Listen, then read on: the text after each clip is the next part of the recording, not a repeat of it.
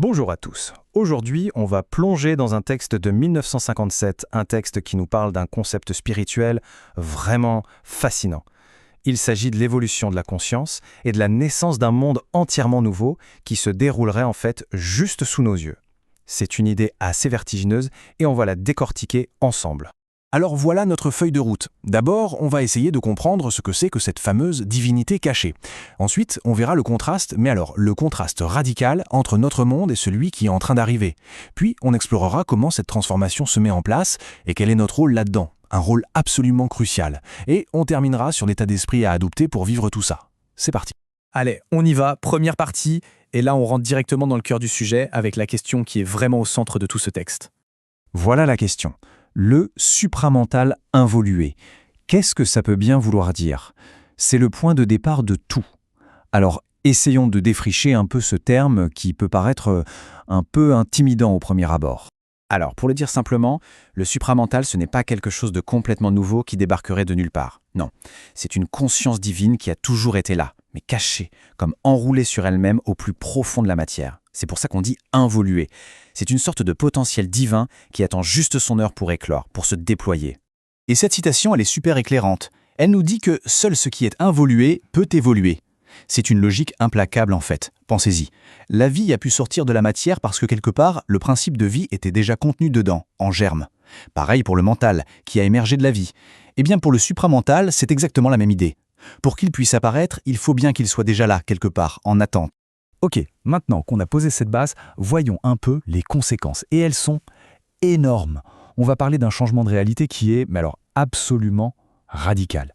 Là, il faut bien comprendre, on ne parle pas d'une petite mise à jour ou d'une simple amélioration de notre monde. Non, on parle d'un renversement complet. D'un côté, on a le monde actuel, que le texte appelle l'hémisphère inférieur, qui est basé sur l'inconscient, et donc gouverné par l'ignorance. Et de l'autre, un monde nouveau, basé sur la connaissance, et gouverné par la vérité. C'est un changement de paradigme total, on change carrément les fondations de la méthode. La question qu'on peut se poser, c'est « mais comment c'est possible? Comment ces deux réalités peuvent coexister ?» Eh bien la clé, c'est justement ce qu'on a vu avant. Le nouveau monde peut émerger parce que son essence est déjà cachée dans l'ancien. C'est ce fameux supramental involué. C'est ce pont, ce lien, qui fait que ce ne sont pas deux univers complètement déconnectés l'un de l'autre. Bon, d'accord, le potentiel est là, caché. Mais alors comment on l'active? Comment est-ce que cette divinité se réveille? C'est ce qu'on va voir maintenant, le mécanisme cosmique qui est derrière tout ça. Le texte nous décrit ça comme un grand éveil en 4 temps. C'est assez simple en fait. 1. On a le supramental qui est là, endormi dans la matière. 2. Une conscience supramentale, la même mais déjà éveillée qui arrive d'en haut. 3. Cette descente, ce contact, agit comme une sonnerie de réveil. Elle vient réveiller son double qui était endormi en bas. Et enfin, 4. C'est de cette rencontre que le nouveau monde, un monde divinisé, peut commencer à émerger, à naître de l'intérieur même de l'ancien. Ok, mais si ce grand événement a déjà eu lieu, pourquoi est-ce qu'on ne le voit pas partout? Pourquoi ce n'est pas une évidence pour tout le monde?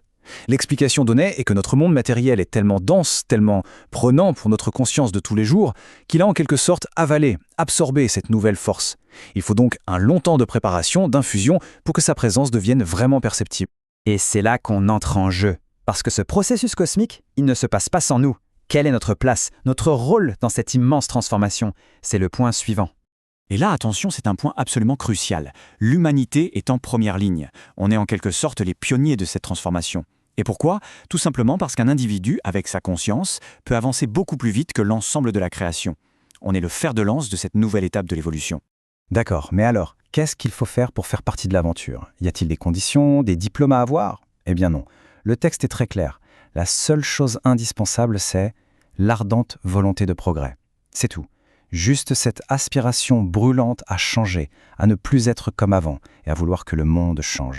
Et concrètement, ça ressemble à quoi?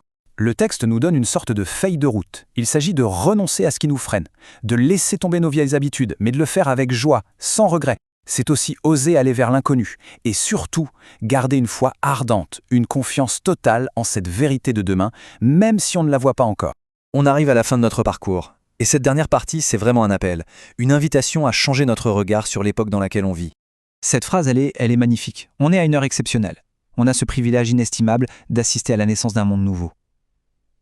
C'est ça le message central, c'est de réaliser la chance incroyable que l'on a de vivre cette transition malgré toutes les difficultés. C'est une perspective qui change tout, non? Et le plus important, la chose à faire au quotidien, c'est de s'en souvenir, de ne jamais l'oublier, garder cette vérité en toile de fond dans tout ce qu'on fait, s'endormir avec cette idée, se réveiller avec elle. C'est ce rappel constant qui nous connecte, qui nous aligne sur ce qui est en train de se passer. Et pour finir, voilà la phrase qui ouvre toutes les portes. Nous pouvons y participer, nous pouvons devenir ce monde nouveau. Ça veut dire qu'on n'est pas juste des spectateurs qui regardent un film se dérouler. Non, l'invitation, elle est totale. On peut être des acteurs, des créateurs, on peut devenir une partie vivante de ce nouveau monde. Ce qui nous laisse avec cette question finale, une question pour chacun de nous au fond. Sommes-nous prêts à assister à cette naissance? Et plus encore, sommes-nous prêts à y participer? C'est une réflexion qui, je pense, mérite d'être emportée avec soi. Merci beaucoup de m'avoir écouté.